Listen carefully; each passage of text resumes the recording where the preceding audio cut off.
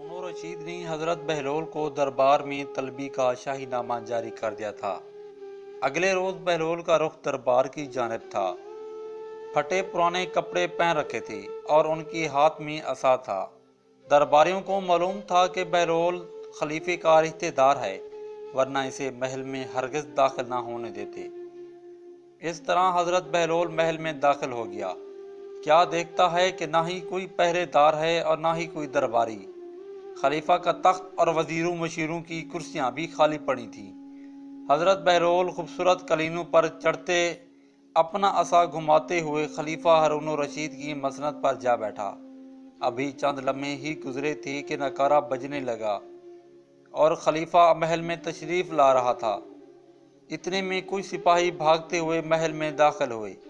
اندر کا منظر دیکھ کر حیران رہ گئے۔ بہلول اپنے پھٹے پرانے کپڑوں کے ساتھ خلیفہ کی جگہ پر بیٹھا تھا۔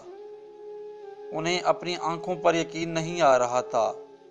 وہ بھاگے اور بہلول کو مسند سے گھسیٹتے ہوئے نیچے اتارا اور ساتھ ہی اس کی پشت پر ایک کوڑا رسید کر دیا۔ پھر کیا ہوا کہ بہلول نے پورے محل کو اپنے سر پر اٹھا لیا اور ان کی آواز پورے محل میں گونجنے لگی۔ سپاہیوں نے چپ کرانے کے لیے اور کوڑے برسائے، مگر مجال ہے کہ بہلول چپ ہونے کا نام لے۔ سپاہیوں کی تو جیسے جان پر بن گئی۔ اسی اثناء میں خلیفہ محل میں داخل ہوا اور دیکھ کر حیران رہ گیا کہ بہلول فرش پر تھے اور سپاہی پاس کھڑے تھے۔ یہ کیا ماجرا ہے؟ اس کی چیخیں کیوں نکل رہی ہیں؟ سپاہیوں کو یقین ہو گیا تھا بہلول کے ساتھ بہت برا ہونے والا ہے۔ عالجہ یہ دیوانہ آپ کی مسند پر جا بیٹھا تھا اور اٹھنے کا نام بھی نہیں لے رہا تھا اور ہم نے اسے کوڑا برسایا۔ بہلول بولا، کوڑے مار مار کر میرا تو تم نے بھرگس نکال دیا ہے۔